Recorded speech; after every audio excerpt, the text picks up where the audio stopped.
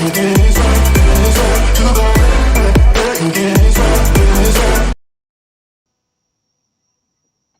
on. Good evening, guys. Here we are on the Friday night edition, Neil the Deal Show, talkinfight.com. Thanks for coming out. And yeah, we got a big show tonight. And we're definitely going to kick it up with the predictions at the end of the show. And my this week, we're going to go over basically the month, how we did this month, see how you guys did. So thanks again for coming out, checking out the show. Want to say hi to people out there. Patrick there at S&B Barbershops. Those are my boys. So thanks a lot for everything, the team. Mr. Siakam, we've talked about it a few times. Somebody out there, somebody knows where Pascal Siakam is. Can you guys just give him a jingle? Tell him Neil the Deal's talking about him. And Patrick over there wants to give him a lifetime full of haircuts. So let's do it. And here's those pop-ups again. Are you kidding me? Like, really? And they won't even go away. I dislike these things so much. They bother me. And it won't even go away now. Anyways, we'll figure it out eventually. Let's get right into it. We want to say hi to a couple of friends out there. Andy Wilson. How you doing, Andy? Jamie is a little better this week, buddy. I know with the snow, everything's been bad. Want to say hi to the Strom brothers and the father, Chris. Chris, hopefully everything's going well. I hear you're going to be doing some golfing soon, or you're golfing right now, so that's always a good thing. And want to say hi also to a friend of mine out there in British Columbia. Her name is Elise Jean. Elise Jean, if you ever watching the show, Elise, we talked a few times and everything seems to be good. And I think you're a lovely lady and you got a bright feture. So keep watching talkinfight.com because here we are. We're going to rip up this NHL edition here, Friday night NHL. And Don Cherry always used to say, right? It's like a rock'em sock'em weekend with Don Cherry-ish, if you know what I mean. So I love Don Cherry. He was always my favorite guy. I could not wait to see him at the end of the first period.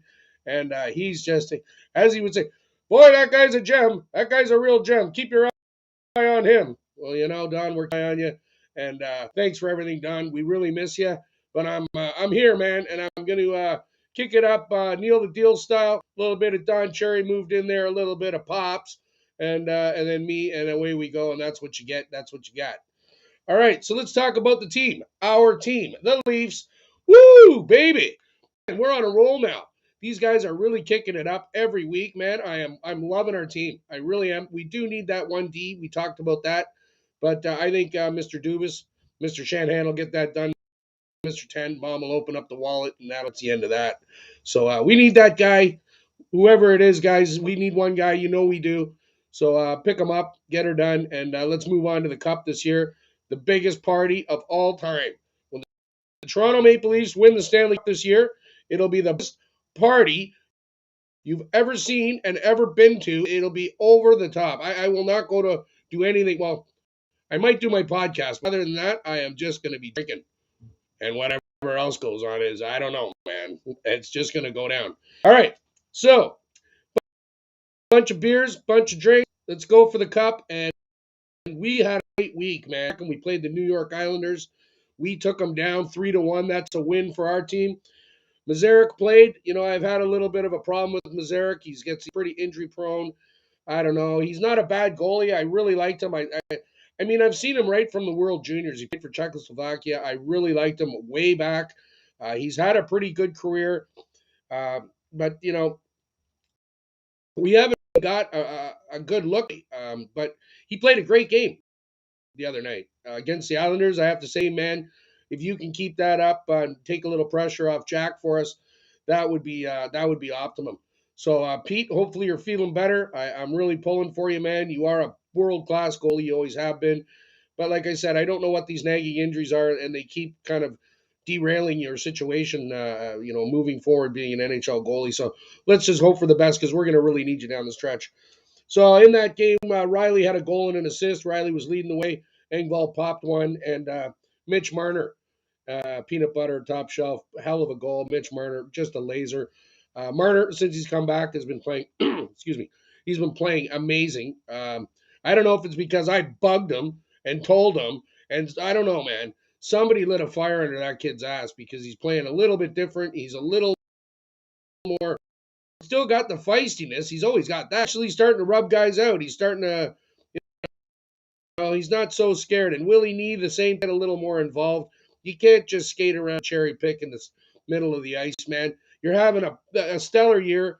You got as many goals already this year in 39 games as you did last year in 51. So, like, I believe it's 17 goals or something of that sort. But Willie Nee's playing really good, and Johnny T's running the show. Austin Powers, man, oh, he's just over the top. So this is our time, guys. We really need to kick it up a notch. Like, start cooking with hydrogen, all right? Whatever you guys are doing, double it up. You know, these bio drinks or whatever, energy drinks, just double down because we really need this one, man. And the whole country needs it. Like, everybody needs it. So I know you're going to give it all this year because last year with that fluky boot to the head, little Corey Perry weasel box needs to be pounded his light bulbs out. You know, basically took us out of the mix with one knee to the head, and we all know about that. But that's in the past. We don't talk about that. But anyway, somebody will fix Perry at some point.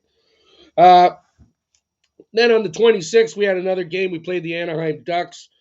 Jack Campbell was net. Played it. That was a really tight game, man. The Anaheim Ducks are a lot better team than they are on paper. If you watch that team, they got some really good up and comers. They're going to be a force moving forward. Anaheim, keep your eye on them. Maybe not this year, obviously, but the next couple of years, I really think Anaheim's got a good shot to show up and do some damage against some of the teams. And don't give him as much credit because Gibson's a great goalie. So it starts at the back end, you move forward, and they got some really good young forwards in Zagras and the rest of the guys up front there. So their D's pretty damn solid. So and they're making really good draft picks. So I'm liking Anaheim the odd time here and there, you know, when we're laying some dough down. But we took them down 4-3 in the shootout. There we go. Austin Matthews with the shootout winner. Austin Powers never let you down. We had Marner with a goal and an assist. Willie Nee had +1, so he got a goal and an assist. We had JT, he got a goal and an assist. Then we got obviously the big guy, Austin Powers, 2 assists, but the game winner in the shootout. So that was a hell of a game, and I really enjoyed it. So let's see here. Toronto, as a whole, is third in the league in power play goals scored. That was a good stat that I really liked because the game is built around the power play now. This is how the NHL has decided to decide these games. It's almost as if whoever gets the most power plays wins, which is kind of a really sad thing to think about if you think about it, because that's kind of like winning by default. You know, if you got 17 power plays in a game and the other team has 3, like, who's going to win the game? It's almost it's you know it's just it's they got to even it out a little bit. Toronto's been doing well. They're third overall in the league. They got 34 power play goals. Colorado, superstar team, leading the league, 37 power play goals. And surprisingly enough, the St. Louis Blues are in second place. They got 35 power play goals. So in that game against Anaheim, I kind of like the fact, if you guys watch the game again, guys, watch that game, Neil the Deal. I liked it because Keefe mixed up the lines in that game, really mixed them up. So that you can check that out, you know, and it seemed to work. They outshot the Ducks 31-11 after 40 minutes. So I mean, 31-11 after 2 periods is a pretty hefty. How do I say crushing? You know what I mean? They basically took over the game, used the neutral zone to their advantage, moved the puck well. And although Anaheim did score the first goal, we came back hard and ended up winning the game. So Marner, since he's on a 4-game goal streak now, Marner's not much of a goal scorer. If you look at his stats, he's an Adam Oates kind of guy. He's he'll get his 20 goals, but he'll give you 80 or 90 assists. So he's on a 4-game goal streak, and this is one of the big reasons why we're winning these games. Combined with Tavares and Marner and Matthews, they're combined. Those 3 are combined 25 of 44 shots on net for our team. So those 3 or 4 guys, they just kick it up a notch every game. And if they can get into the dirty areas and get those rebounds, pop them in, peanut butter around the side, whatever it takes, just keep shooting, man. Because that's all the coaches will tell you. Just keep shooting, guys. Kids out there, keep shooting the puck. All right, from all angles, rebounds. get in there, get in the dirty areas, and do your job. And that is what's going to go down and make you a much better player, and also play both ways. All right. I said 100 yards or 100. I think it's 180 feet or something. Somebody can give me something on that. I'll check it out. But yeah, it's a two-way game. You got to play offense and defense. It's a team sport, guys. So let's work as a team, and there's no reason why we can't win the cup. Tomorrow night we're going to be playing the Detroit Red Wings in Detroit. Detroit has always been one of the hardest places for us to play. I don't know what it is. Maybe it's the curse of Pal Hal. Maybe all the fight and Koser and Probert and like it just went on. You know what I mean? Domi fighting all these guys. There's a big rivalry between the two. It's been going on since the conception of the league almost. Back in the 40s, 50s, 60s, and 70s, we all know about the perfection line, and we all know about the Toronto's lines.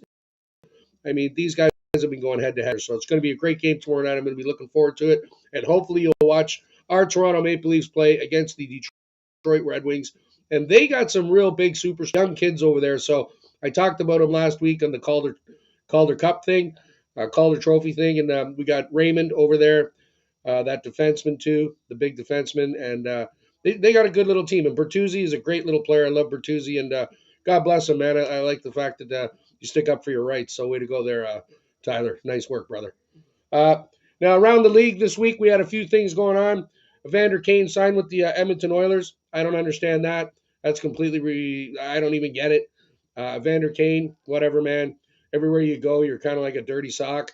And you're not a very nice individual, I understand. But I'm not gay, buddy. You know, you're a good hockey player. Just play hockey and forget about the rest of the crap, and you'll be all right. But it's a very, very, he's going to help a team like that. He's a bit of a cancer in the dressing room, and guys in the league will tell you that, so I don't get it. My buddy Nathan McKinnon, he's missing the next 3 games. He got clipped by Taylor Hall the other night. It wasn't a bad hit by Hall. He basically came through the neutral zone over the blue line, and Hall just gave him a shoulder, kind of shoulder to shoulder. But the way that McKinnon was holding his stick was in the air, and what happened was the shoulder hit the stick, and the stick hit McKinnon. All right, so he's got a facial fracture and a concussion, part and part by his own stick. So it wasn't a dirty hit. It wasn't anything to be concerned about, but it happened. And my buddy Nathan McKinnon, best player, he's probably my favorite player in the league is Nathan McKinnon. Personally, I think he's got all the skill. He's just a fantastic player. I love him. I take him every time. First pool. You can take all your Connor McDavids and your, Austin Powers is always taken first or McDavid. So I usually go with McKinnon if he's still available. Adam Fox from the Rangers, he's leading the league defenseman, 47. I believe he's got 47 points in 44 games. That's leading the league in all D. He's a fantastic defenseman. He did it last year, and he's doing it again this year. Rangers had to put him on IR, upper body injury, so that's going to hurt them a little bit. But they're a pretty good team. The Rangers, he's on games, so keep your eye on that. And he's a big part of that team, so that's going to hurt him a little bit. And I want to say congratulations to Dylan Strome of the Chicago Blackhawks. I have my Dylan Strome jersey here. Dylan was nice enough to sign it for me. I really like Dylan. He's having a bit of a tough year, but he got a hat trick the other night, and I'm very proud of him. And it was a great display, and that's the kind of hockey Dylan Strome's able to do at any time. And I think he's getting a little more comfortable, whatever they're doing over there in Chicago. He just seems a little better. Ever since he got that high ankle sprain last year, he hasn't, to me, seen the same player. And I know that that's a really long-term injury, and maybe that's affecting his ability. I don't know. That's a really severe injury, and sometimes you rush him back too quick on those ones, and they seem to linger, and that I don't know. But he kicked it up a notch the other night. 3 goals against the Red Wings in a big win for the Chicago Blackhawks, and that gives Dylan, congratulations again, Dylan, 4 goals and 4 assists in the last 10 games. So he's got 8 points in the last 10 games, which means he's kicking it up. You gotta like it. You gotta like him. He's from our hometown, Mississauga, Ontario, here, Toronto, Canada area. And we love the Stromers. They're a good brothers, man, both of them, and good people, good hockey players, and good humanitarians. So good on them. All right, let's move on. Let's go over the predictions. All right. let's talk about the predictions that we've had this month. So, January 7th, I went 3-0 with my predictions. January 14th, I went 3-0 with my predictions. January 21st, last weekend, I went 5-0-1. All right. Uh, like I said, that in itself is what? 11-0. My last 12 picks. One was a push, which was the Minnesota Chicago game last weekend. 5-1. The over under was 6. I took it at 6. So it's a push. So out of the last 12 games, I am undefeated in the NHL. Undefeated. All right. And we all know about my NFL. Just go check that out. What is that? 13-1 against the spread? Who's doing that in the world? Anybody else do better than that? Let me know, and I'll definitely what you're doing. You combine that. Let me just do this. I was wondering about this the other day. Okay, here we go. The last 3 weeks, 7-0 with a push in the NFL. 13-1 in the NFL. 11-0-1 in the NHL. So that gives me this month. I'm 24 wins, 1 loss, and 1 tie. So 24, 1-1. Oh my gosh. And the game I lost was the Tampa Bay game last weekend where Brady came back and then their defense ran out of juice. So if Brady had won that, I would have run the table 25-0. Huh. Who does that? And that's in the last 25 picks. So 26 picks. 24, 1-1. Yeah, baby. I got a drink to that because I just stacked my bank account on Bet365. I don't think I've seen numbers like that in quite a while. So we're cheers to you guys. Hopefully you made a little bit of money. I certainly did. Oh, here we go. We got to get our. There we are. Uh, I certainly am surprised. It doesn't happen all the time, guys. It's called gambling for a reason. But we're on a roll. So hopefully you guys are paying attention, putting a little ding dong down because I've been just absolutely destroying it. All right. So let's go back over here.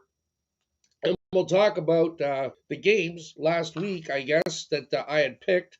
And that way you guys can see where I went 5-0-1. So last week I took Florida. It was Florida versus Vancouver uh, on the 21st. Florida won the game 2-1. I took Florida minus 210 on the money line, and that is a win. Cha-ching.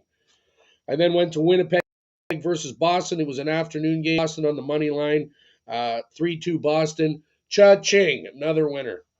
All right, Montreal versus Colorado. Colorado was minus 400 on the. I took Colorado, 3-2 Colorado.